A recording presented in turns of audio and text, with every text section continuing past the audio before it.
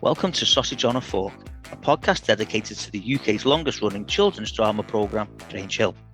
My name's Neil, and in each episode I'll interview a former cast member about their life before, during and after their time on the programme.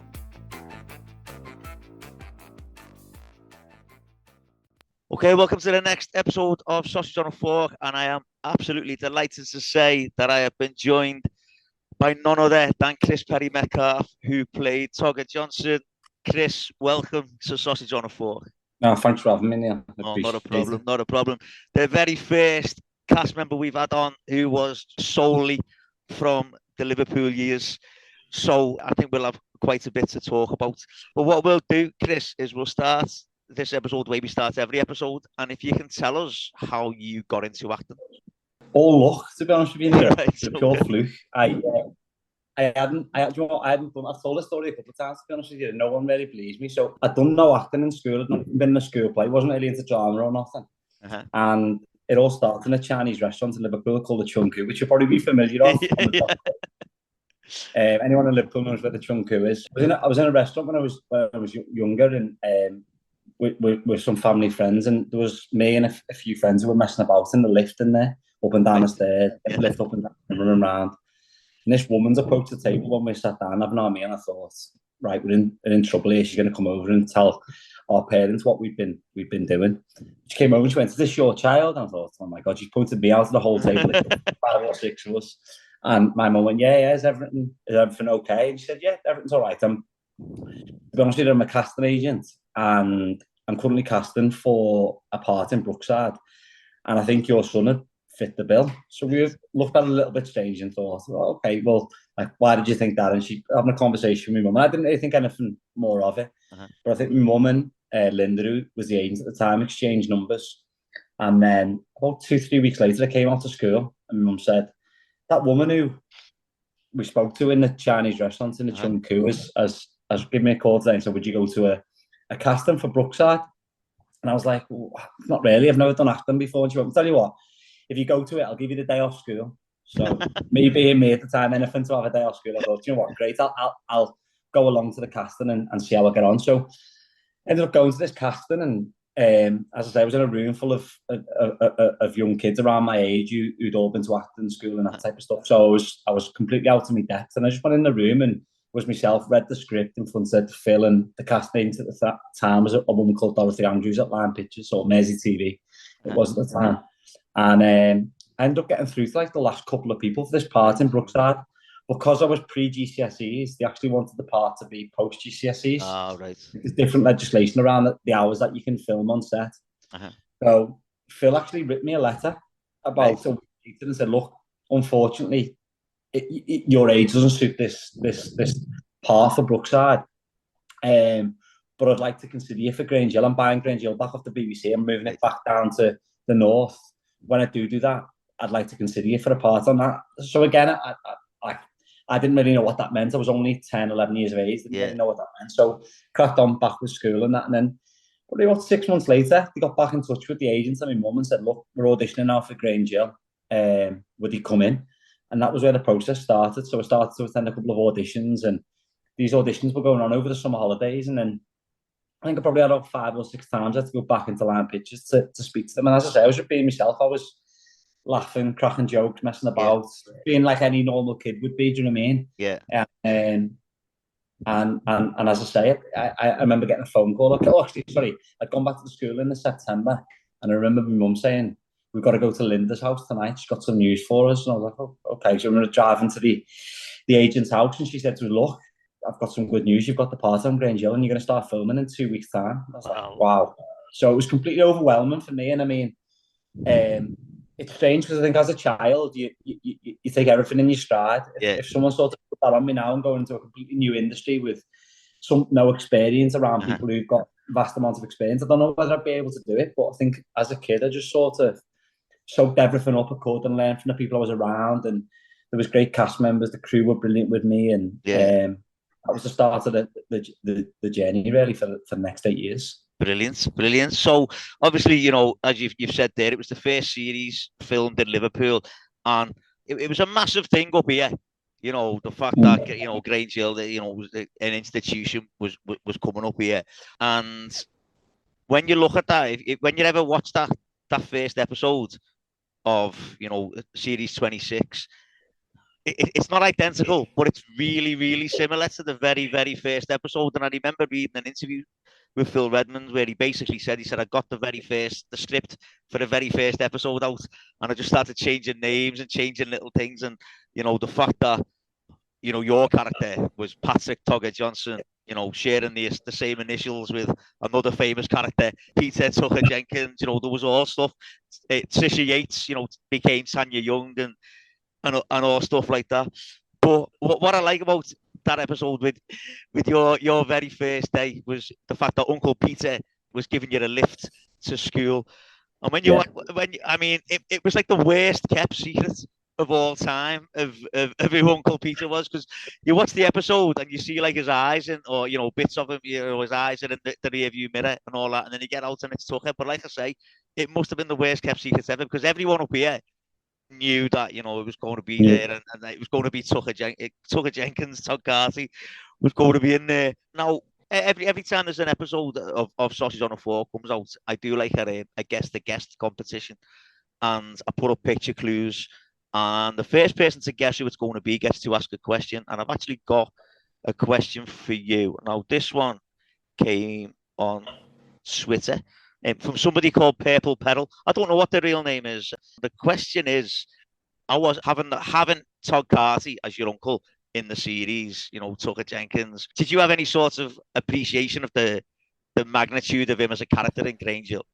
You know what, Neil? In all honesty, I probably never really. Only because Todd Carty to me was this guy off EastEnders. Yeah. I was probably too young to watch EastEnders. I obviously recognised his face, and like my family watching it, my mum and dad watching it, and when family were now. So it was definitely a familiar face. But in terms of the gravitas that it held, in terms of the past generations who used to watch Grange Hill and the significance of it, I remember one of the scriptwriters coming to me around the time saying, "Do you realise how big this is? That like he's coming back into this first episode of Grange Hill?" And he was showing me some pictures actually of like some of the Grange Hill cast going to the White House, and at this time, I still didn't realise how big Grange Hill was back in the day. In terms of, you had 2 or 3 TV channels, and as you said, it was an institution. Everyone watched Grange Hill if you were allowed to watch it, because of the controversy and that type of thing that they used to touch on. And it was only that when I started to speak to some of the other cast members who were a little bit older and the crew, that I really understood how big it was for him to come back. And I mean, Todd was great with me. He was brilliant. He helped me so much on that first few days in terms of advice and guidance, and he really just settled me down into that role. And having someone like that around there sort of the limelight off me a little bit, because I remember coming up in the first day and like they were saying, "Oh, remember the script read through that we done?" I was thinking, I've got a lot of lines in this first script. It must be like a decent part. Do you know what I mean? And I felt a little bit of the pressure, but I think Todd coming in, it sort of took the eyes off me a little bit and really helped. So I don't think I really truly understood the gravitas of him coming back, and actually how big Grange Hill was as a programme when I first got involved in it. Yeah, I mean, were you a fan of it? Like, did you watch it? Yeah, I did watch it. I did. I used to watch it quite a bit, to be honest with you. But I mean, even when I used to watch it, it wasn't big as it was back in the day. Was it when you only had a few channels? I mean, it was still well received, and it was only really after the first series came out that like I came back after that first series came out, and they were saying, "Look, we've had really, really good feedback on this," and then they started to go out and be recognised, and little things like that. And I remember doing like Blue Peter and some of the CBBC shows and stuff, and like some of the ratings we done like online polls on internet after we'd done the CBBC show, and they were going through the roof, and they were saying, "Look, some of these questions that we're getting, and the amount of people engaging in this online poll is big as some we're seeing in some of the boy bands that we have on." And it's not really known that, and that was when it sort of dawned on me, and I thought, "Connect, this is quite big." Do you know what I mean? So look, I loved every minute of it, and it was it was special. So yeah, definitely. Definitely, and like you know, we've talked about the fact that you know the first series, you know, certainly the first episode and the first few of those episodes in that first series were pretty similar, the storylines and stuff. And the fact that Togger was always winding up Tanya, which you know, it was one of those things where I always remember Eddie Izzard talking about this. Is that the fact that kids, the only way kids know how to flirt with each other is by picking on each other, basically. Like, yeah. And it was a bit of a You know what? precursor to the fact that they fancied each other. Like, It was a love-hate relationship, wasn't it, yeah, Neil? definitely. And I didn't. We were too naive to sort of see that coming. And then when I remember reading the script, thinking, we have a little bit of a moment there, and I was thinking, I think it's one of the episodes where I was upset at something. I think it was maybe when Baz died of the heart attack in one of the episodes on a football pitch. Yeah. And I was upset about it, and there was a little bit of a moment in that I recall, and it was only then that we saw this might be going down the relationship route here. And we've been naive enough, so it'd obviously been in the planning from the scriptwriter's perspective, but we'd been too naive to see it coming. Yeah, I mean, what I love about that, you know, as well, is the fact that in the olden days of Grange Hill with Tucker, he used to call Sisha Pongo, which had nothing to do with her name. It was literally just, you know, Pongo, she stinks. But I love the fact that Togger changed Tanya's name to Tannoy, because you could always hear her wherever you were. Like, I loved all that. Like, now, what I always said about Tucker and Togger, certainly right from the off, Togger had more of a nicer side to him than Tucker, because although everyone loved Tucker, he could be quite nasty to people, you know what I mean? And he would pick on people if he could get away with it. But Togger had a bit more of an heart of gold, I thought. You know, he loved having a laugh, but if he knew he'd done someone wrong who didn't deserve it, you know, he'd call himself on it, wouldn't he? You know what I mean? Or his mates. There was a bit of it, you're right. There was a bit of a softer side to him, wasn't there? And they used to show that in some of the episodes, whether it was with his mates or other people, there was a bit of a soft side to him. So yeah, like the bit with Jeremy, because I think Jeremy, right? Jeremy reminded me of me at school. You know what I mean? Certainly for that first year where like you'd think people were picking on you, but they weren't. They were just trying to have a laugh. And then Togger sort of took him under his wing a little bit, didn't he? And looked at him and said, look, you've got to get into that briefcase. Like, you know, and looked after him there. Like, it's that Liverpool rogue thing, isn't it? I think that's what they were trying to portray through it. Into class clown, he's got a bit of banter. Did you realise that you were, you've just said there about the script, but did you realise that you were sort of the main character? Not really until that first series had gone out. And I remember Matt Evans, one of the senior scriptwriters or producers at the time, came into us in the green room one day and went, how do you think it's been received? And we were like, oh yeah, it's been received well. This was after the first series had come out that we'd been in. And he went, who do you think sort of had the best sort of response, like a positive response? And I remember some of the other guys saying Togger, and I was thinking, blinking heck. And then I remember each series that went on, the episodes that I was in sort of were increasing. And that was only really that I sort of realised that, look, the sort of focusing the episodes and the series around some of the antics that Togger's getting up to. But prior to coming into it, mate, I just thought it was another part, you know what I mean? Right, yeah. I mean, the other thing as well, you know, I haven't really touched on this, but it was the fact that it was getting filmed in Liverpool, but it was supposed to be the same school, which I never got my head around that. I used to say that, like, where's the school like position located? Because you literally had accents from all over the place. You'd have Cassidy from Manchester. You'd have some of the older cast from London, who sort of like originated there and moved down to school. And am I right in thinking, Neil, like, was there a fire in the school in London? There's been a fire in the series before it ended with a fire, and that, from what I've been told, was supposed to be it. Yeah. That was going to be the end of Grange Hill, but then, as you say, you know, Phil was buying it back, wanted to basically reboot it. Yeah. And then so they had some of the cast to come up. The likes of, you know, Stuart Organ was up there. Yeah. You know, John Hudson and a few others. I remember a conversation with Phil. I don't know, Phil Redmond, and I don't know how true it is, but I remember him saying that he was getting frustrated that they were trying to reduce the target audience of the Grange Hill. Yeah. So to speak. So they were trying to reduce the age that they were targeting and make it more like a Tracy Beaker, so to speak, a much younger age demographic. And his frustration was Grange Hill had never been founded on that age group. It'd always been founded on trying to target your teenagers who are going through them challenges, whether it be bullying, whether it be relationships, whether it be all them types of complex issues that you go through while you're in school. That was what he wanted Grange Hill to be, and because he was trying to target younger age groups. I think that was the reason or the motivation for him saying, you know what, I'm going to take this back on and make it a little bit controversial again if I can. Yeah. So the thing with Togger, we mentioned the fact that there was the thing with Tanya, but there was also a couple of other feuds, with the likes of Mr. Malachi and maybe Humphreys as well. Yeah. Well, when you're in those sorts of scenes where you've got your fighting and your scrapping and that, is it easy to play with it? Yeah. With someone when you're getting on with, if it's someone you get on with. It is, what I mean, that's what you sort of pay to do. That's your role, is to go in and do it. But it can be challenging. I think probably one of the hardest scenes is referring to what you were saying before about me and Tanya, Togger and Tanya, where that relationship sort of pivoted from being like bickering and fighting and getting on each other's back all the time to almost being a bit of a romantic relationship. That was probably quite difficult because we played this way all the time. And then he was saying, actually, you're just going to start getting on now. And I think we got used to having this like conflict all the time. Yeah. So that became ingrained in us, and it's the same with Mooey. And I remember one of the first episodes. I think John Hudson Spud had someone up by the throat. Was it Jeremy? Maybe. Yeah.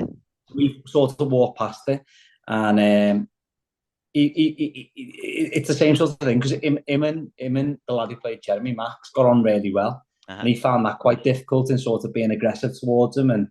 But that's what you're paid to do. It's your job, isn't it? So you've got to get on with it. And I mean, everyone got on, to be honest with you, Neil. There wasn't, obviously there was bickering and stuff like that, but there wasn't any, there was no like major fallouts. We were all just kids who were living a dream, really, living at line pitches and doing a couple of hours tuition a day. And that, so it was good. Yeah. I mean, most of your storylines in that first series, they were all pretty comical, weren't they? There was there wasn't really anything too serious at first. Yeah. Getting locked in cupboards and wearing your white fronts over your trousers, the big pants, and having the big pants trophy and stuff. And then there's a bit where the girls thought there was a ghost in the school, but Togger didn't believe them. But the girls managed to get Togger and Andy and Abel to chant to the ghost while they were standing there with their eyes closed, and then the girls ran off, leaving Miss Tyson there. And I just love it because it's one of them things where it's just such a stupid storyline, but it's so Grange Hill. You know what I mean? The fact that there'll be a ghost in the school and people would believe that there's a ghost in the school as well. Yeah, there was a few of them. Do you ever remember the one where just thinking about that? Then there was one where we were locked in probably a few series later, but we were locked in almost like a container with tigers and monkeys. So I was going to ask you about that, right? And I remember filming after. Were you actually in? Were they actually in the sheds with you? Yeah. So but it wasn't only for short periods of time. No, they were there. It was a mad day. That I always remember coming in, and like my mum dropped me off, and she's like, "Surely they won't put you in a container with tigers and monkeys." And literally, as we've walked in, there was this container there with obviously a load of zookeepers and stuff around. Yeah. But the real animals were in there, and they were quite clever the way they'd done it. They limited the amount of time that we were in there with them. But I remember thinking, this is a mad job. I'm 13, 14, and I'm in a container filming for Grange Hill, sat with a load of tigers. Oh no, brilliant! I mean, I'll talk to you a little bit more about that a little bit later on, because in that first series as well, there was a bit where they were talking about the ghost, and then they actually did think there was a ghost or something a little bit more sinister in the school, because there'd been the fire, they found there was bits of the school were still sort of off limits, and then they found somewhere where someone had been living, and it turns out that there was a kid staying in the school, Santa, and they started looking after him, but then he ended up with a pneumonia, ended up in hospital, and then he was going to join the school, and there was a school trip to Chester, and they stowed him away on the coach. And again, that just harks back to you know, the old Grange Hill. They were going to France and they stowed someone away on the coach. Like, but I just love all that. Like the fact that it was I think similar. Phil he was giving little nods all the time Yeah. to the old series, wasn't he? Definitely, yeah. And then Sansa, when they got to Chester, Sansa, there was a scene where Sansa goes missing and he's on the beach and the tide comes in. Yeah. With Togger and Abel. Oh, look, can you remember where that was filmed? In Chester. Was it? Yeah. I remember. Yeah, I remember going to Chester. We were there for probably 2 days filming. Right. But you know what? It was weird because it was almost like a school day. It was a school trip. It was exactly the same. It was like we worked together, and then we remember getting the bus down there, and we stayed in a little hotel in Chester for like 2 days. And we were like typical kids. We were up all night and causing chaos in this little B&B. It was in Chester, and then we were going down to different places in Chester filming, and it was amazing. Do you know what I mean? It was just the best ever time for a kid. I just loved every minute of it. Brilliant. And then, you know, they did get saved, but Togger and Abel and Andy were banned from Sports Day. You know, it's typical because they loved the sport, didn't they? You know, and he loved his footy, and there was always some sort of footy related storyline going on. But we'll get onto that again a little bit later, because then that was the next series. Then series 27. Obviously, you're in year 8 then. And I love this bit. He brought chicken's feet. Talking about chicken's feet. Oh, I remember it, yeah. And then they were real them as well, real chicken's feet. Where are you? Brilliant. And then he started selling them as well, which again is a typical Grange Hill. Just selling anything you can, just trying to make any money, like. And then again, another nod back to Togger, where Togger said that Togger had told him there was a valuable time capsule buried in the grounds of the school, and Uncle Peter had given him a map, and they go looking for it. But then he lost the map, but he said they'd go looking on a cross-country run, and they end up in someone's garden, and they say that they're doing Bob a job week. And they end up doing some job for him in his garden, but then they find a tunnel which goes underground. Yeah. Like a sewer. Yeah. Where was that? You probably do you know Liverpool? They have Liverpool tunnels. Yeah, the Williamson tunnels, is it? I don't know. Right. Williamson tunnels. Williamson tunnels, yeah. Was it? Yeah. Anyone that doesn't know, the Williamson tunnels are a system of tunnels in Liverpool. No one really knows why they're there, what they were for, but they're there. And you know, you can get in there and you can go and have a guided tour of them. But yeah, I was just wondering. I thought that initially. I did think the Williamson tunnels, like, but I just wasn't sure. I didn't know they were there, to be honest. I remember going down there in the day and like mentioning it to people after, and like, "No, surely not." But they're there, and that's where we filmed. So brilliant. And then they end up back to school. They haven't got the time capsule, but they did get a detention for going missing. But Togger was undetained, and that ran throughout that series. The time capsule. Yeah. You know, when Togger had a beer in his bonnet about something, or you know, when he grasped the metal, that was it. Like, wasn't it? He wouldn't let it go. Like, yeah. And then there's a bit there where he said Andy was going out with I forget who it was, but he couldn't believe Andy was going out with someone, Togger, when there was valuable treasure to find. And I just think, I can see where Andy's coming from there. It's probably a little bit more important. Yeah. And then he dug up the school garden, looking for the time capsule again. Yeah. But Wally Scott found out, and I love Wally Scott because it's Simon O'Brien, who was in Brookside. Yeah. But also I love the fact that he's called Wally Scott, purely because for anyone up in Liverpool of a certain age will know Wally Scott was a famous DJ up here, like, and he had the cracking radio show called Hold Your Plums on a Sunday, and I just love the fact that obviously Phil Redmond's give a little bit of a nod there to him, like. And Wally told him the time capsule was buried under the school, under 70 feet of concrete. So they sort of left it alone. And I just love that series because it is, again, typical comedy nonsense for the lads. They had that door. There was a door that they were carrying around, and they'd stick it to the wall, and they'd pretend that, you know, they'd just get people walking. Just proper nonsense, like, you know. And then they threw it in the swimming pool. And Mr. Malachy gave them a detention. Yeah, I remember that. Yeah. He gave them a detention for it, but Togger blackmailed Mr. Malachy, saying, "We won't tell anyone you made Emma cry if you lift the detention," and he did. as well. Yeah. But He had him brilliant. back round his finger, didn't he? Yeah. Oh, yeah, he did. And there's a bit in that because they had to do a history project because Grange Hill was going to be 125 years old. And he got to go and interview Grange Hill's oldest living pupil called Bill, who was in a nursing home. And he went to see him a few times, and then Bill suddenly died. And there's a line, and it's probably one of the most tactless lines in Grange Hill ever, where when he goes to do the presentation, he hasn't done it. He said, "I can't help it if my own work died." But then they have an open day, and again, Uncle Peter's there. Well, he wasn't there, but Togger came in dressed as Uncle Peter. And at the end of that open day, we find out there's been a kid running around the school, and he'd been messing about, and he'd been nicking sweets, and he'd set Wally Scott's goat free. And everyone was blaming Togger, but it wasn't Togger. It was Togger's little brother, Tigger, played by Jack McMullen, he was already known.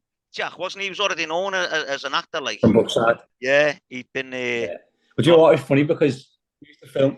Obviously, Brookside used to film at Lime Pictures where we were filming. So I knew Jack before he got the part on Grange Hill, and he used to hang around with us, to be honest. He used to come, obviously, because there was obviously a gang of kids in Lime Pictures. He'd come into our green room and be with us, and we used to half wind up with the producers and stuff and say, "Look, get Jack on the show."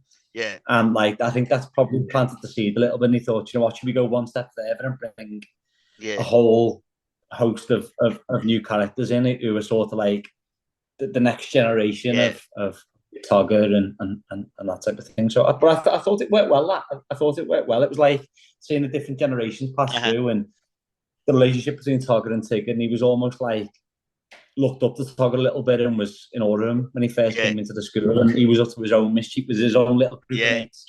So I thought it worked well. And it was your stereotypical relationship between brothers in a school where I kept an eye out for him, and he sort of looked up to Togger in Grange Hill. So, but he hated being called Tigger at first, didn't he? He didn't like it. Yeah, he didn't like it because he didn't want.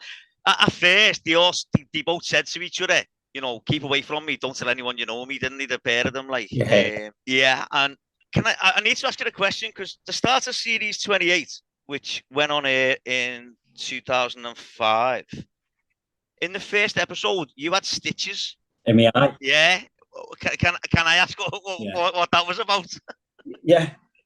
Do you know what happened? First day of filming, and where we used to film in Lime Pictures, there was a canteen on the ground floor, and there was like this spiral staircase, and there was like a mezzanine that looked over the canteen. So I've gone in to go and get my breakfast in the morning, and pick my tray up. We used to go and get a tray, and used to pretty much have a full English breakfast every day when we were in there, all in the canteen. She's got me breakfast and was running up these steps with my tray, and I've slipped, and I've just smashed into one of these like iron steps and cut my eye. And I just remember them panicking because it was the first day back filming, and they were like, "What are we going to do here?" Yeah. So they ended up putting it together. They said, "You know what? You probably don't need stitches, but we'll have the butterfly stitches." But I do think they made a nod to it. They changed the script slightly to make a nod to it, didn't they? Or did they just ignore it? Said that Togger said someone had thrown a boot at him, but then Tigger said the mum had thrown a high heel shoe at him. Really? Instead, I like to make their own mind up what happened. The story is, I fell down a set of stairs in Lime Pictures, and I thought, we're going to have to ad lib this here and put a little bit into to say why he's got stitches now. Brilliant. You couldn't wait for your breakfast. Do you know what? It was all the stuff like that was completely new to me. I remember going on holiday and like, don't get too brown while you're away because of continuity, because we're in between episodes and stuff like that. Stuff like that used to happen all the time where people they'd fall over or they'd go and get their hair cut and then continuity would be spoiled. But it's all the things you don't really see behind the scenes that you've got. So. Oh, brilliant. And then the start of that series, Malachi had a new bike, and Togger sort of loaded him in your getting delivered to the school and told the delivery driver to dump it all there. And it was the wrong bike. It was Baz Wainwright's. So Baz threw Togger in the manure. But was it real manure? No. So it was compost basically that I got put in. There was real manure there, but it was compost that I got put in. Oh, right. So I'd have refused if it was manure. I'd have refused. Brilliant. And then Baz threw Togger's clothes in the pool in revenge for that one, which he probably deserved, to be honest. Yeah. As we've said, Togger loved his football. I'm guessing that's why he was called Togger. For anyone that not from around these parts might not know. I'm sure there's parts in the country, but let's go for a game of Togger. It means let's go for a game of footy. I'm assuming that's where the nickname came from. Again, I didn't know the Togger thing until that came out, that there was a link between Togger and football and Togger thingy. I think it was an older generation thing, but I'm sure Phil, that's been he's a massive football fan as well. Do you know what I mean? So I'm sure. But what can we call him if we've got Togger Jenkins? What can we call this one? And that's where the Togger things come from. Brilliant. And then they were playing football, and Andy in a practice match, Andy got injured. Yeah. So we didn't have to play, and Togger got put in goal, and Togger wasn't happy because there was an academy scout coming. Now, when you watch, I've always thought this, when you watch most footy in Grange Hill, it never seems real. You know what I mean? It never looks like a proper footy match. But as I say, there was so much football. There was probably more football in your time on Grange Hill than there'd been previously. Like, could you just play? Like, I mean, we used to see some players. There was some of us who could play, but they always used to get the extras in, and there would be no vetting if they could play or not. Right. So you can imagine they were trying to coordinate this on-field game, and it ended up going downhill quite quickly because they'd say, right, you pass to him, you chip it over there, and then they found out quite quickly that one of the extras couldn't play, so they'd be swapping them round. There was probably 2 or 3 of us who could play. Me, the lad who played Abel, Lucas, he wasn't a bad player. Yeah. Obviously Andy wasn't football. He wasn't football orientated. He wasn't interested in it. So Chris Brook also. Yeah. Look, I think there was probably a handful of us who could play, but the ironic thing is they'd always have the decent players, the ones who couldn't play, and then the ones who wouldn't. But it's like the fight scenes earlier, like you said, it's hard to try and coordinate it and make it look real, do you know what I mean? Without it being natural, because everything's sort of staged and choreographed. So yeah, I mean, because there's a few bit where, as I say, Togger ended up going in goal, and it led to tensions between Togger and Abel, because they were always sort of going on about who was better and all that. Abel scored, Togger gets up and pushes him, and when Togger tried to apologise, Abel didn't want to know, and then Abel got into the academy, and Togger never, and got really upset. And there's a scene afterwards where you see Togger and he's crying. Yeah. Was it easy to cry? Again, I don't know experience of it. So they used to use a thing called tear stick. Yeah. Which was basically like Vicks in a stick, and you put it in your eye and you cry. A bit out of pain and a bit out of because the tear stick work. But I remember them saying, look, you can only put a little bit of this on. And me going, I want to really cry. I've put loads of it on. I think I was crying for almost a week after this, trying to get out now. Amy Phillips, who was the guest in the last episode, she said she had to use it once and couldn't open her eyes when they put it on. Yeah. It was a nightmare. Like, yeah, you're not crying, your eyes just yeah, and then Tanya found out that that Togger hadn't got in, tried to apologize, tried to say sorry, but Togger was just he'd been expectant that he'd get in, hadn't he? And he just bit her head off again. And then there was a bit in that series where they were making a film of My Fair Lady, and Togger auditioned for it. And to me, it just didn't seem like the type of thing that Togger would have done. Do you know what I mean? Did you ever? I don't even remember that. Right. So some of the sixth formers were making a film about. They were making a film version of My Fair Lady, but and Togger and Tanya went along. Togger and a couple of the other lads went along as well, and it just didn't seem like the type of thing that Togger would do. And I was just wondering, did you ever have much say in Togger's character development at all, or was it just a case of, here you go, that's what you're doing? Yeah, no, it was just a case of sort of being given the scripts and going with it. There'd be a few times where, sort of as I got older and sort of got to know that the type of character he was, they put certain words in. I thought, what, Togger wouldn't say that. So it more be like wording changes rather than being storyline or scripting changes. But it was challenging, to be fair, because each episode was generally written by a different script writer. Right. So if you had another script writer come in and pick that up and he didn't truly understand your character, obviously they do their own research, But if they didn't truly understand your character, they would make you do things like that, and you'd be thinking, it seems strange. It doesn't sort of seem to be any continuity between the episodes or be what that character does. So we wouldn't have much of a say in terms of being able to dictate what the storyline was. But wording changes and things like that, I think there was a few times where I'd say to the director or the producer, do you mind me changing that line there? Because it doesn't seem in line with what I think Togger would do. And generally, they were quite good. They go, yeah, I see why. As long as it wasn't sort of changing the concept of what you were trying to get across, they were generally okay with small wording changes and stuff. But yeah, I think that was an issue, is you get a new scriptwriter to come in, write that episode, and it wasn't true to who that character was. Yeah. That happened quite a lot, to be honest. There were certain things that we thought, that's just not what we do, but we weren't the one paid to write the script. So right, we were told. Yeah. Now, there was a sponsored bike ride, and Togger was determined he was going to be first to finish, even though it wasn't a race. But he was determined he was going to be, and he did a typical Grange Hill thing, and he changed the signs around the different directions. Yeah. And again, it's all about it's all quite comical. But then it's the first time we sort of see Togger involved in a more serious storyline there, because as all that was going on, Tanya had been emailing a lad from France. Yeah. And had said said she was going to meet him, and she ends up. It's not at all. It's some older bloke, and Togger suddenly he hears her cry, he hears her screaming, forgets about the race, and goes after it. Sees her getting dragged into a van, so then starts chasing after the van, and it's one of them things that I thought Grange Hill did really well, where it introduced kids into, you know, certain dangers that they could get themselves into, because it was the first sort of storyline, I think, or an early storyline, not just on Grange Hill, but in general, of the dangers of sharing information online. And as I say, it's one of them things that Grange Hill did really, really well. Do you know what, Neil? I agree with you totally. We'll come on to it later. We're involved in a mental health business at the minute, and we talk about how to try and talk about like challenges that have for young kids, and trying to navigate their way through the school life is difficult, because you don't want to wrap up in cotton wool.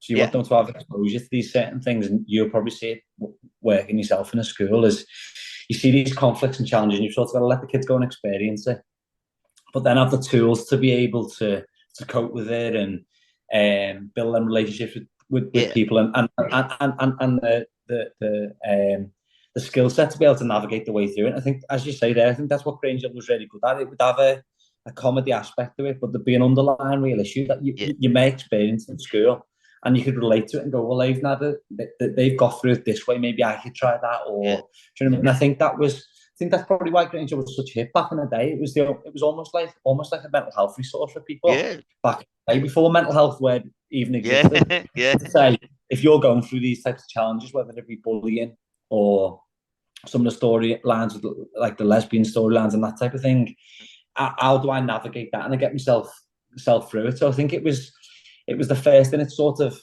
age of that, like, mental health support, so to speak, for individuals. And I think Phil was always trying to keep that going, is let's deal with real life problems that people may be experiencing in schools.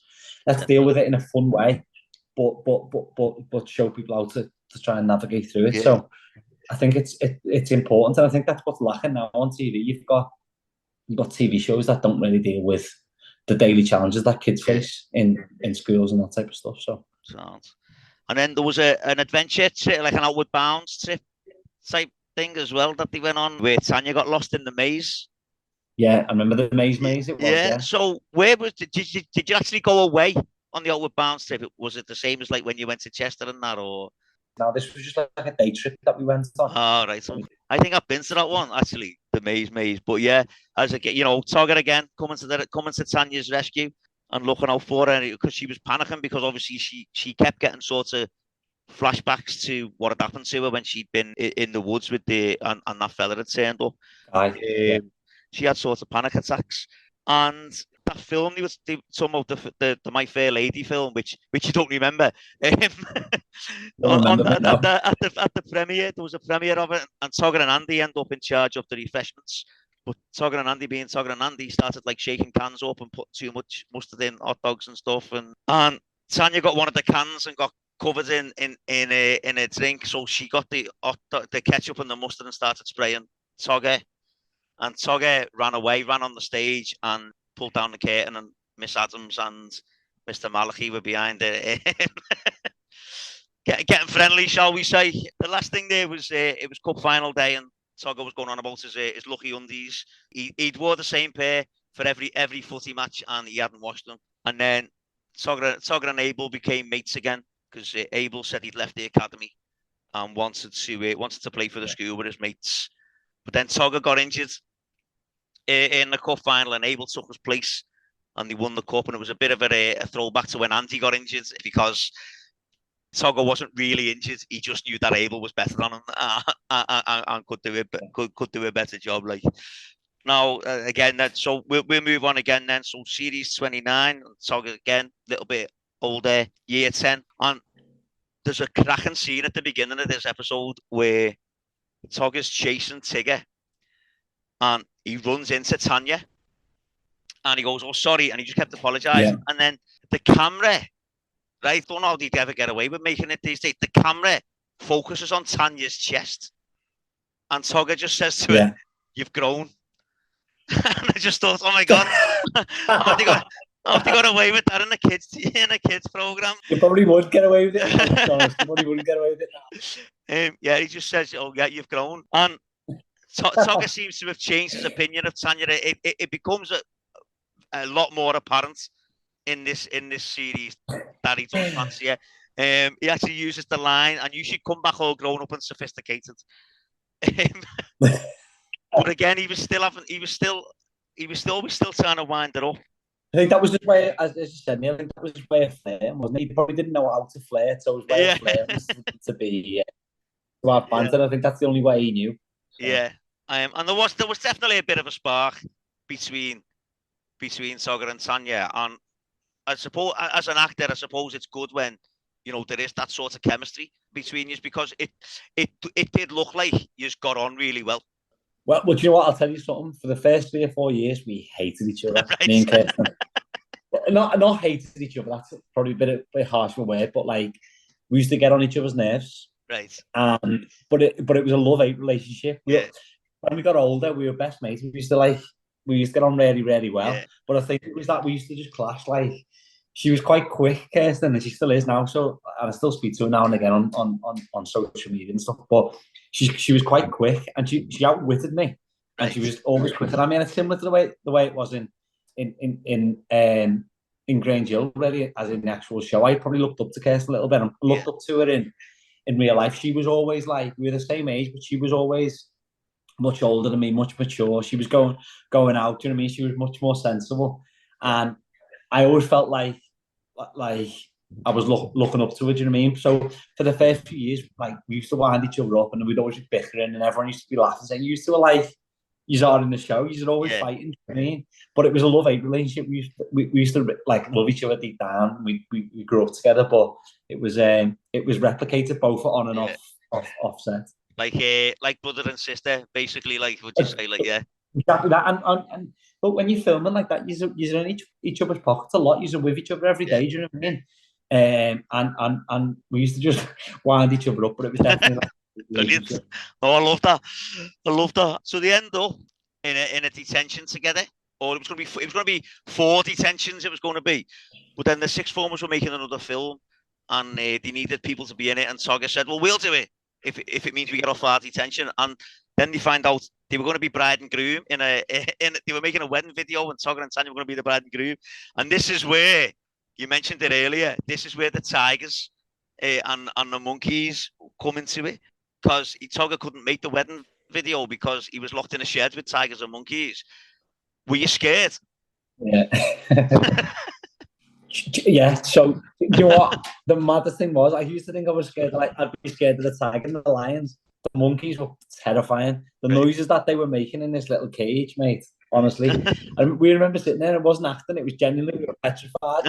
So it was the easiest day's work we'd ever had. Genuinely, the 3 of us were like, "Oh my God, if that gets out or it gets on through the cage, we've had it." Yeah. But they were quite clever with the camera angles and that we were probably a safe distance away, that nothing was going to happen. But we were in this container with a load of wild animals. So so when you jump on top of the tiger's cage, it wasn't actually in there. Yeah. That's what you're telling, right? So yeah, exactly. Brilliant. And I love the fact that they escaped from the shed by Togger putting a bucket on his head, standing on top of the cage, and Andy and Abel throwing him up through the skylight to smash the skylight. I love that. Bit of it like a human torpedo. And then Togger ends up getting back to the school, getting the teachers, but one of the monkeys ends up in the school as well. And you've just said there about being scared of the monkeys. One of them, you had to have one of them sat on your shoulder as well, didn't you? I remember that Dookie Bell. I don't know what, but that probably took about 6 hours to film. Obviously, they say you should never work with kids and animals. On the same day, we were working with them both, so it was an absolute nightmare for the producer and the directors. I love that. And then obviously that then results in more detentions, because that's what Togger. Yeah. I think Togger went to detentions more than he went to lessons, to be honest. And then there's then another quite serious one for Togger, where he comes into school with a black eye, and people are wondering where he gets it from. And he gives the impression to Jeremy that his dad had done it. He mentioned in the past that him and his dad were always arguing anyway, because he said, "But I'm a teenager. That's what I'm supposed to do," type thing. But then he sort of said about his dad was out to work because he's got a speeding fine, and he got in late because the night before and stuff. But it was implied that he implied to Jeremy that his dad had done it. And when you watch it, that's what you think. That's what you think. His dad's hit him and give him a black eye. But then when anyone pulled him on it and asked him, he said, "Oh yeah, my dad didn't do it. We did have an argument, but I ran out the house and ran into a lamppost." But then it wasn't really touched on again. I remember filming that, and I was expecting it to be sort of touched on throughout the series and something come out of the storyline built on. The only thing I can think is it's been put in, and I think the BBC may have pulled it and gone, "Do you know what? We don't want to go down that road of almost like a child abuse storyline." So I think Phil was always trying to push the boundaries with stuff and say, "Well, how far can we go?" Yeah. And around this time in the series was where they were trying to change the demographic into a younger demographic. Yeah. So I think where Phil was pushing to make it appeal to a different audience, and BBC were challenging back. Yeah, that's where that may have been going, and that's my only understanding of why it wasn't progressed and it wasn't picked up on further. That's the only thing I can think that may have been the reason why. Right. Because I mean, they sort of carried on with like the fact that the mum and dad were finding it hard that dad was out of work and whatever, and they were always arguing, and Tigger was convinced they were going to get divorced. And again, that was like a bit of a change in your sort of storylines there, because they'd always been the comedy type things, like, but then that, and again, it showed that kids were going through stuff like that, weren't they, with parents arguing and getting divorced and stuff. And I think it was good to show the Johnsons going through that, because Togger and Tigger, they were quite similar. They were always getting up to mischief and whatever, but it was good to show that they had that that human side, like, as well. And there's another one where Abel fell out with Togger when he'd laughed at Tony Briscoe's racist comments towards Taylor, and Togger didn't really realise what it was, and I think that was about sort of Abel then educating Togger. Yeah, a bit. But again, that's another real life. That's another thing that goes on in everyday life is Togger's mixed what that response with, and that's upsetting. Yeah. It's about them explaining why it may upset them, so there's a better understanding of it. Do you know what I mean? So, I think this is what some of these generations have really missed, is that ability. I mean, imagine Alan talking about like social media addiction and online bullying and eating disorders and breathing. It's massive, and there's no like safe space for kids to go and watch it. That Grange Hill used to deal with these issues, and as I say, navigate the way through it. So I know Phil used to always push on trying to get it as edgy as he possibly could and deal with the issues, but it was a battle that he had, I think, with the BBC, trying to change the demographic that they were targeting to. Now, I've said earlier about when Togger had a bee in his bonnet about something, he never let it go. But one of the weirdest storylines, I think, that you were involved in was the Better Bogs campaign, and the fact that the toilets were out of action, and there was You know, there was Portaloos on side, and again, it just didn't seem to me like Togger to be bothered. Togger to be bothered about it. You know, it just seems bizarre. But then it led to other things with, like, you know, the stink bombs getting let off. You know, the fact that he convinced Jeremy into doing it, because Jeremy wouldn't do stuff like that, you know what I mean, in the teacher's toilet. But they were caught doing it, and Togger did get excluded for a while. And then that series ended with Togger then starting to get much closer to Tanya as well. And then we move on to series 30, 2000, which was 2007. Wow. Or the end of 2007, beginning of 2008. And Togger's younger sister, Lucy, so a third, Johnson, started the school. And again, exactly the same as Tigger and Togger. It's just don't come near me, don't tell anyone you know me. But it starts off because Tanya's younger sister started as well. Yeah. And right at the beginning of that episode, there's a bit where all the Johnsons and the Youngs are all going at each other. What was it? So Jenny pushed Lucy by accident. Tigger grabs hold of Jenny. Tanya then comes running down, grabbing hold of Tigger. And Togger runs down and ends up helping Tanya. And I just love that. Like, yeah. And in that series, Andy left Grange Hill to go to a private school. Can I ask you, why did Chris leave? There was no reason. He just got ripped out. It was a shock to us all. Do you know what I mean? Because we'd always been that. It would always been the three of us. Do you know what I mean? Yeah.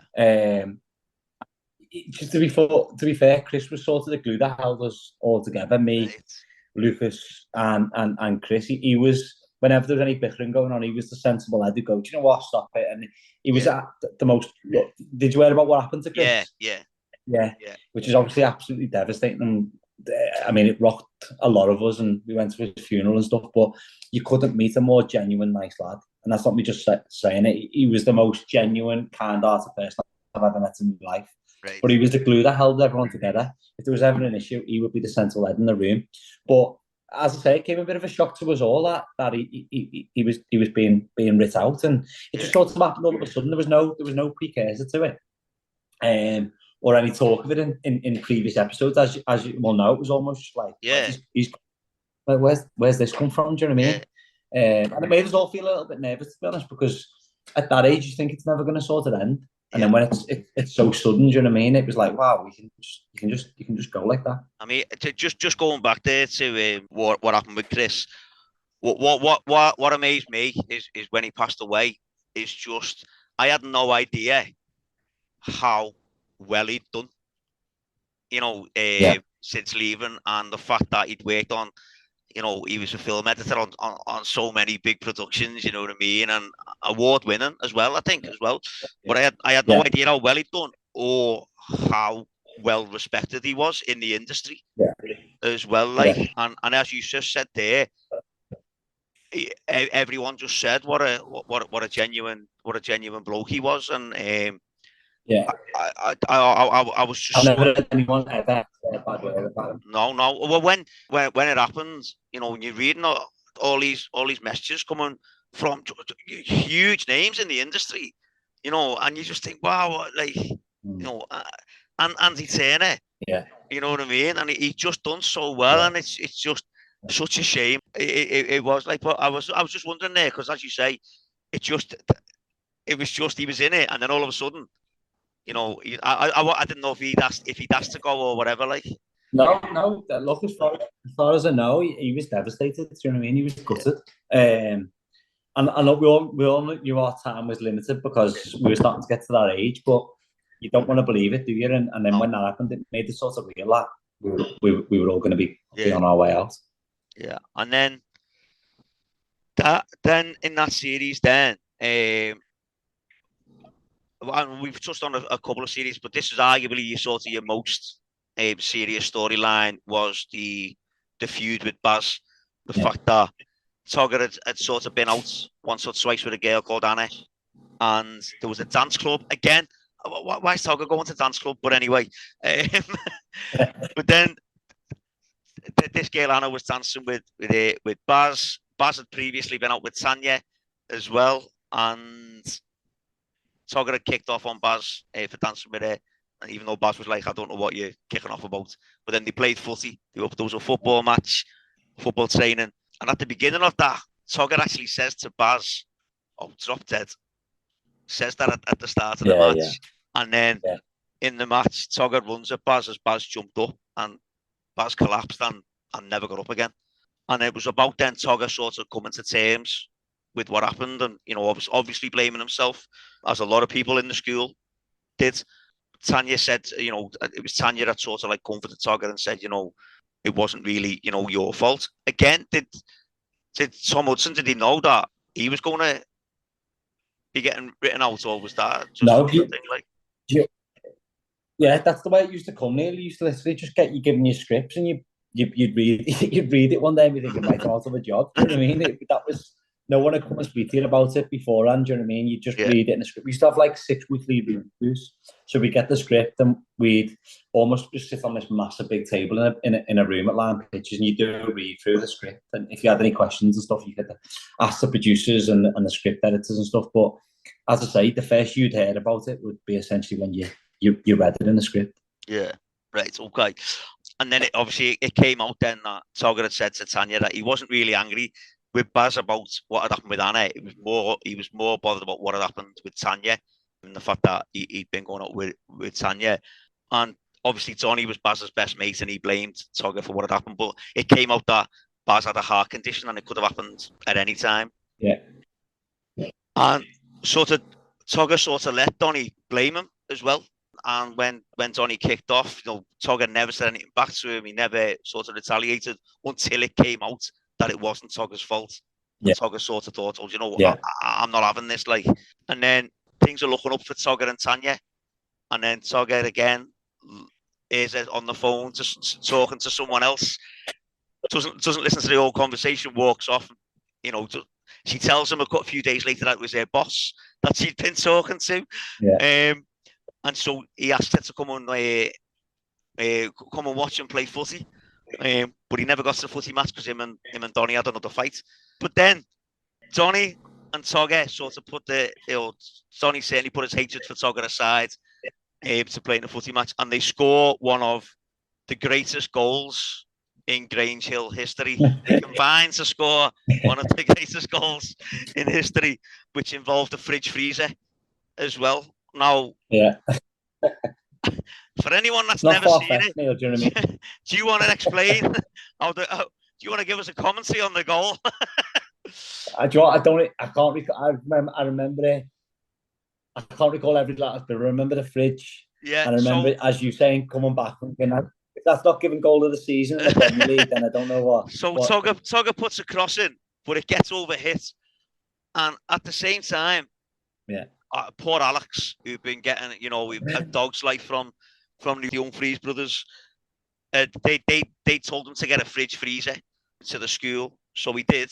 And as it's there, the fridge is on wheels and it sort of runs away. And as the cross comes over, the fridge hits something, it goes forward. The ball hits the fridge, and Tony's there to put as the cross comes back in from the fridge to put it in.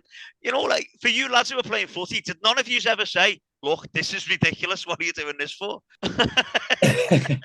We probably did, but as you said, it's typical Grange Hill. Like anything goes, isn't it? You know what I mean? It's like, I think they were thinking of this, but let's just make it as far-fetched as we can. But yeah, we're probably all thinking it, but didn't say nothing. Yeah, I mean, and then after that, Togger and Donny sort of started cooling on, you know, the anger towards each other, and then there's a scene towards the end where Alex, as we just mentioned there, got excluded because he'd been bullying kids because he needed money to get for the Humphreys brothers, and then Tigger told Togger that he'd done it because of what had happened with the Humphreys brothers. So Togger then got the footy lads then to go after the Humphreys brothers, and I love that because I think there hadn't been a big sort of fight scene like that in Grange Hill for a very long time, where there was gangs going against each other. Riot. And then Donny sort of sided with Togger and Alex, and there's a cracking scene where the three of them look at each other, Togger, Alex and Donny, and they just start battering. And I mean, battering the Humphreys brothers, and you just like, go ahead, they've needed that for a long time. Like, and then it comes out then that Togger's going to get banned from going to sixth form because of the fight and the fact that he was just walking out the head's office because, you know, we said, we haven't really done anything wrong. Alex is going to tell you what's caused all this. But then he says to Abel, she's not going to ban me from sixth form. They're going to be begging me to come back because they need sixth formers. I'm a valuable asset to this place. I'm worth money to this place. And there's an episode, it's Tanya's 16th, and Togger gets all dolled up and goes, but he's missed out on Tanya. When I looked at that, when I was watching that earlier on, that looks like it was down Wood Street, down in town. It looked like it was on one of them. Right. Was it Wood Street, was it? Yeah. Wood Street, yeah, spot on, yeah. You've been in Wood Street too much, Neil. I used to, not anymore, mate. It's been a while, like, and so he goes to party, but she's gone because Emma was having her issues with being pregnant and stuff. So Tanya had gone to look after it, and Togger just decides this is never going to happen. Basically, I'm giving up on it, like. And then he gets a holiday job in Germany, and Tanya sees him and starts ranting at him. So he gives her a kiss, and she smacks him, and then kisses him again. He basically said to her, "I only did that to shut you up," which again goes sort of harks back to when they first sort of met each other, and he used to call her Tannoy because she never shut up. And then they both decide that they're going to go back to sixth form, which led to the series 31 now, which was the final series. Now, did you know at the start that was going to be it? Did you know that was going to be the end? No, it wasn't until that series had completed, and we were sort of waiting for series 32, and when that didn't come with the call that it was ending, to be fair, there was a few rumours around that it may be the last one. But every year, to be honest with you, they used to say that, well, you used to wear rumours, this is going to be the last one, this is going to be the last one. I think it was more just the cast members sort of preparing themselves thinking, what if this doesn't happen again? Yeah. But it was the same sort of story with series 31. But I think with that, if you're looking back on it now, not at the time we didn't recognise, but looking back on it, it was sort of, I think the episode was sort of just winding itself down and coming to an end, do you know what I mean? Yeah. But at the time we thought this may continue because halfway through that series, everything seemed pretty normal. Right. I mean, you've mentioned a couple of times in this interview the fact that children's BBC was changing, and I read somewhere that they were changing the demographic for pre-secondary school kids, so it was up to the age of 11. Yeah.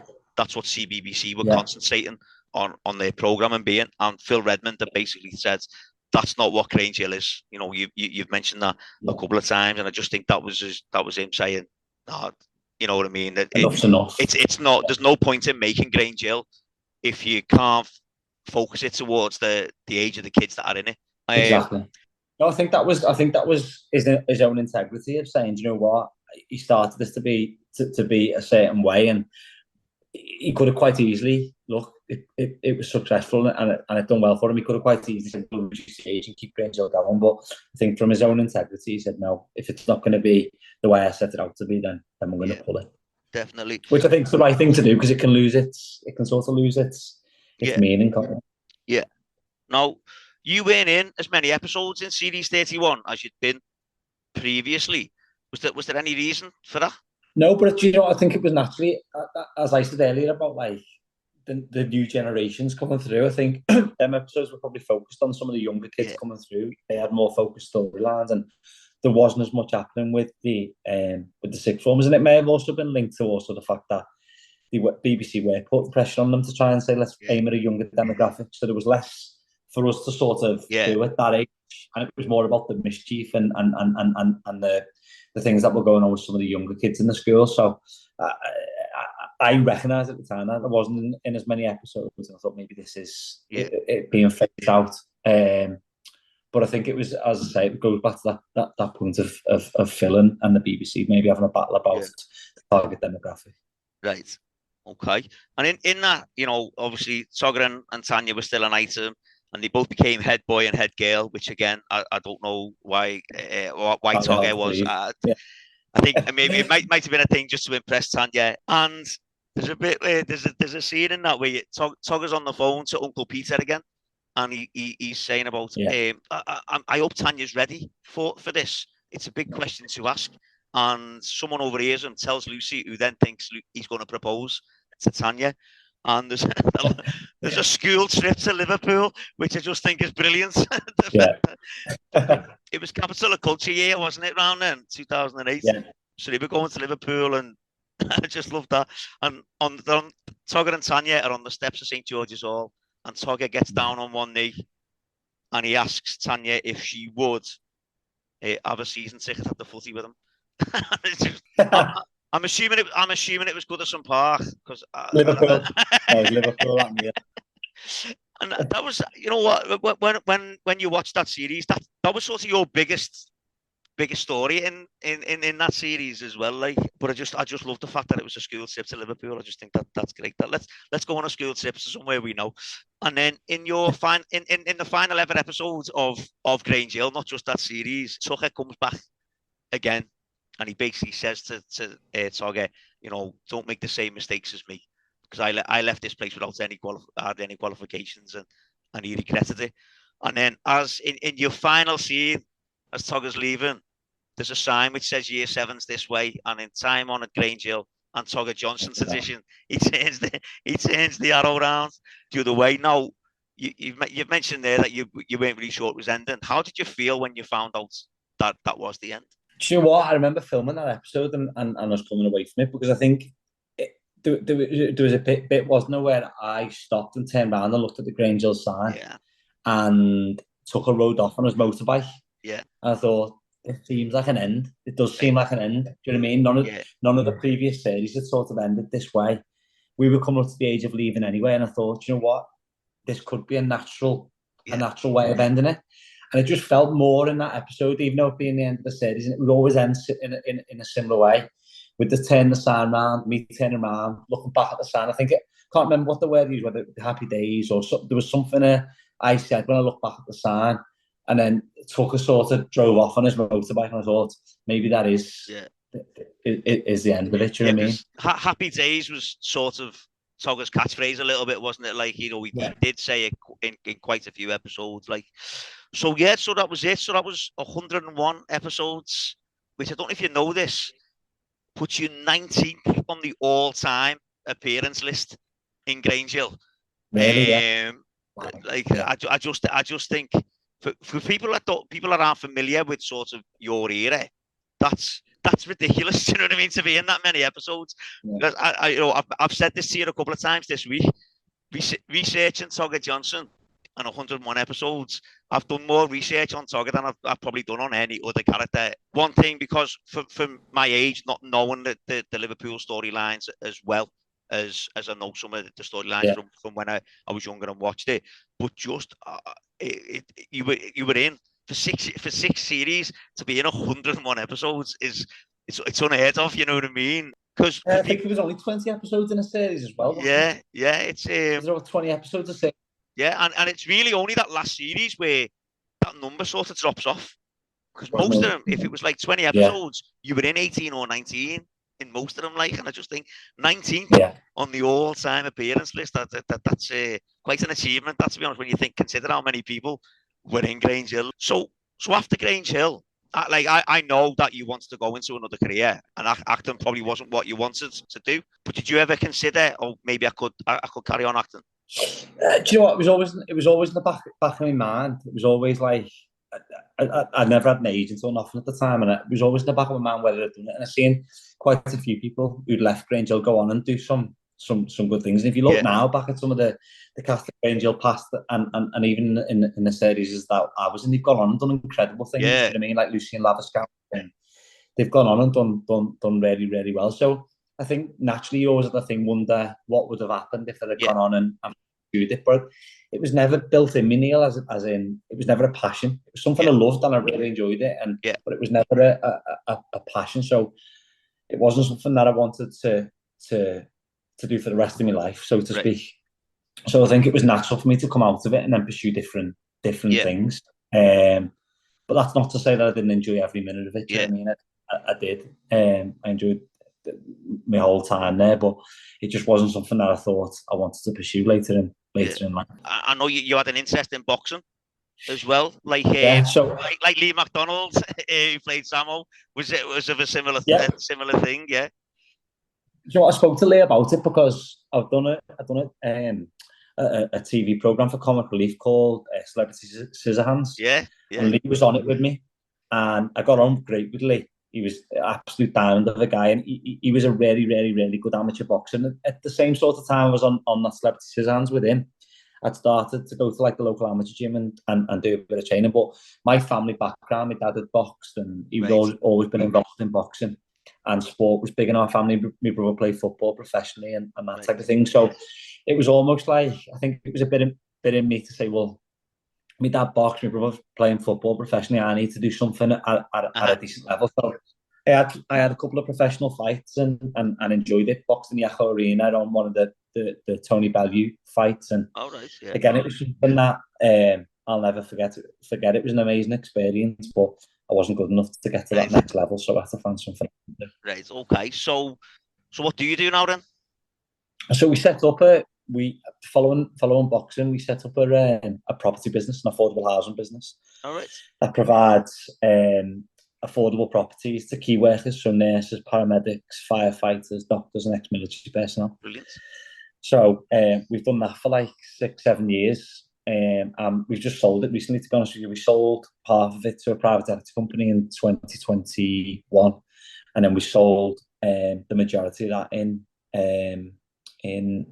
April of this year. So we're completely out of the property business, and then we've got a few interests in a mental health business. So we've got an online mental health platform that treats problematic gamblers. And we've also got a residential mental health clinic in Manchester. That's got a 30-bed residential facility, and that treats people who've got addictions and mental health issues, from anxiety, stress, depression, all that type of thing. So my dad always only ever gave me one bit of advice when I was leaving Grange Hill in school, was, look, try and do something that you really enjoy, and you'll do okay at it. And that's sort of what I've followed over the last few years, and just done something that I was never really excited about. Money didn't excite me. Like it wasn't a massive interest, but what really got me out of bed and got me excited and doing things was quite selfishly as well. People go, oh, it's great that you're doing that. You're doing things for other people, like the affordable housing and that, but it's a selfish thing. It makes me feel good when we move a nurse into a house who doesn't think they can achieve it, or we provide treatment to these problematic gamblers and you see them come out the other side of it. For me, it's massively rewarding, and that's better than any paycheck or financial reward that you can get. So it's the same sort of reward. It's a selfish one, because it's me getting that reward. But it's just something that I've really enjoyed and I'm passionate about. But yeah, look, Grange Hill was a huge part of my life, and it was funny. Was with a friend in the house the other day, and we were talking about Grange Hill, a movie that's being made. And he was saying one of the producers is actually one of the teachers who's on Grange Hill. Did you know that, Neil? Yeah, Mr. Green. Yeah, Helen. Yeah. Well, I didn't know that until the other day.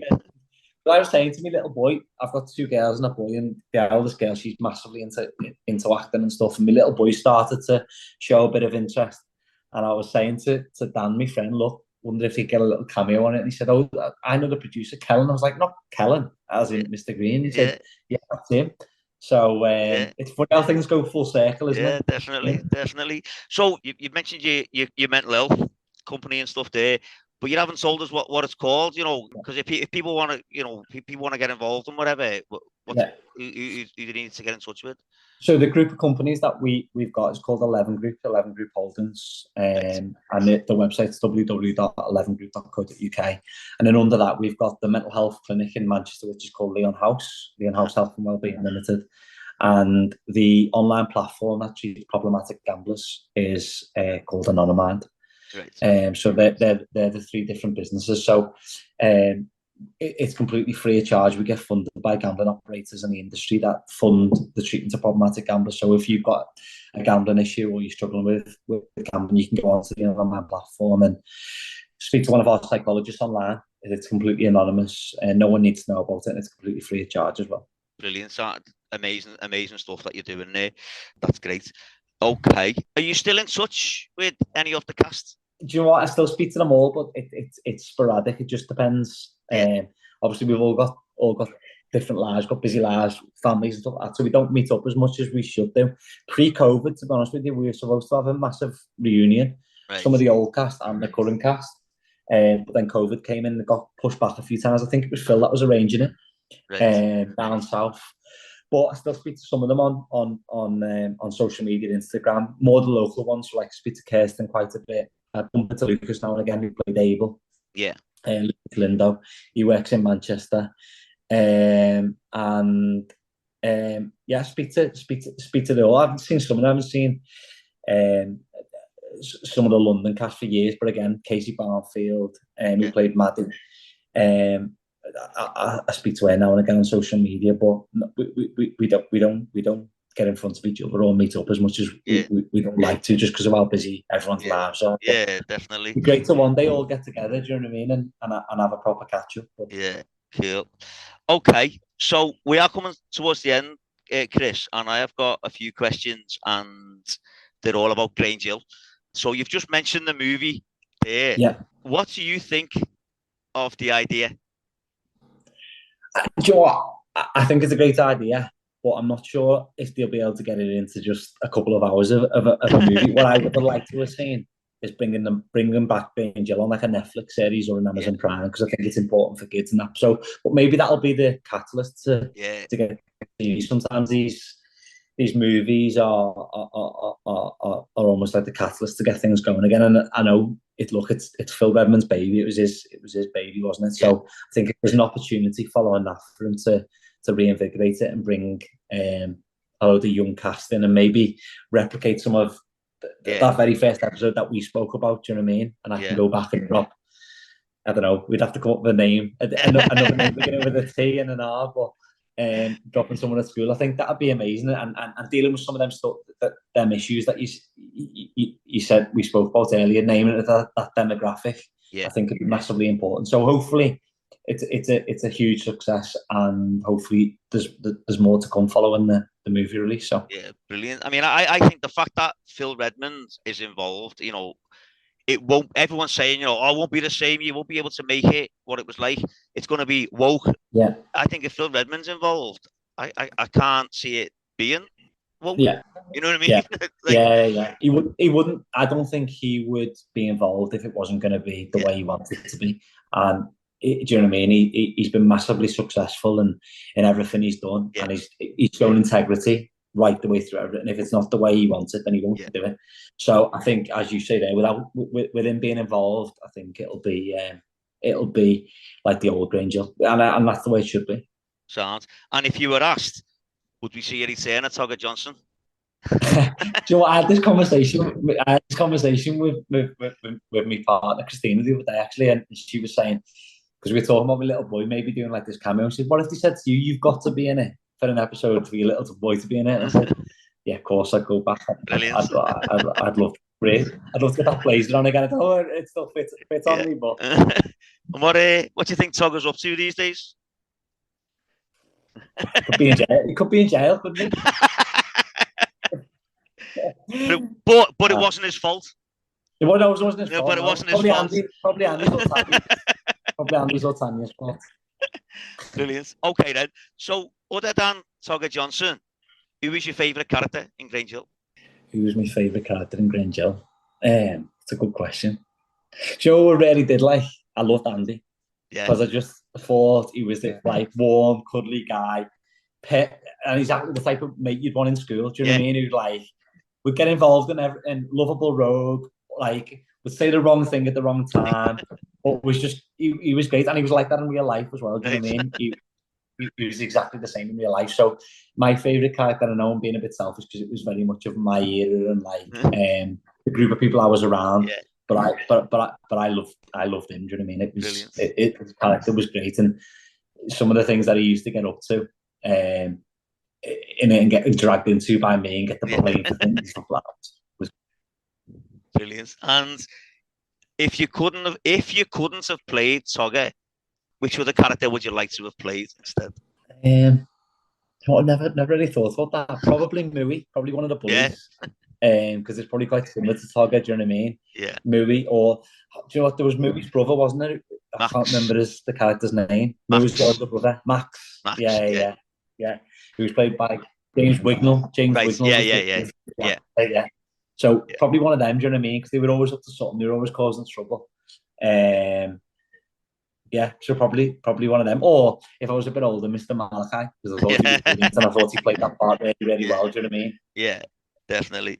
Okay then. So the last question, Chris, why do you think there's still such affection for Grange Hill? Do you know what? I think we touched on it quite a bit throughout this conversation that we've had. I think it dealt with real issues, and from what I've seen, and I mean, it very rarely happens now, but people still come up to me and talk to me about Grange Hill, and even older generations who used to watch it back in the day. And the first thing out the mouth is, I resonated with it, or I really like this type of character. And I think Grange Hill, no matter who you are and what walk of life you're from, you can resonate either you being in that sort of scenario and you can relate to certain characters in it, whether it's yourself or it's whether people that you went to school with.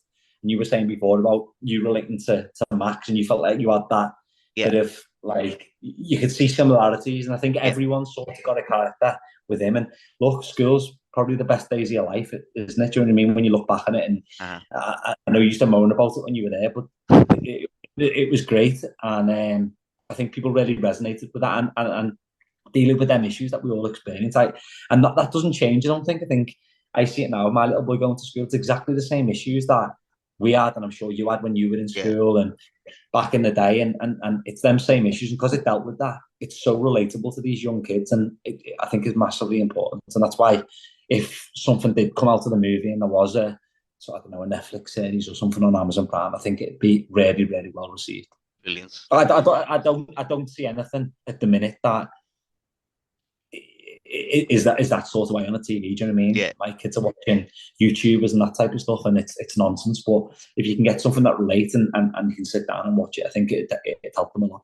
Sounds brilliant. Honestly, Chris, so glad. I'm absolutely made up that you've come on, because I've been trying to get someone on from the Liverpool years for a good while now. Like, so it's been great talking to you. Hopefully it's the first of many. Definitely. You need to put some work in for me now. Will do. It's been great talking to you about and hearing your experiences and stuff from the programme. So once again, thanks very much for coming on. It's been brilliant. And to anyone that's listening, I'll speak to you next time. Cheers.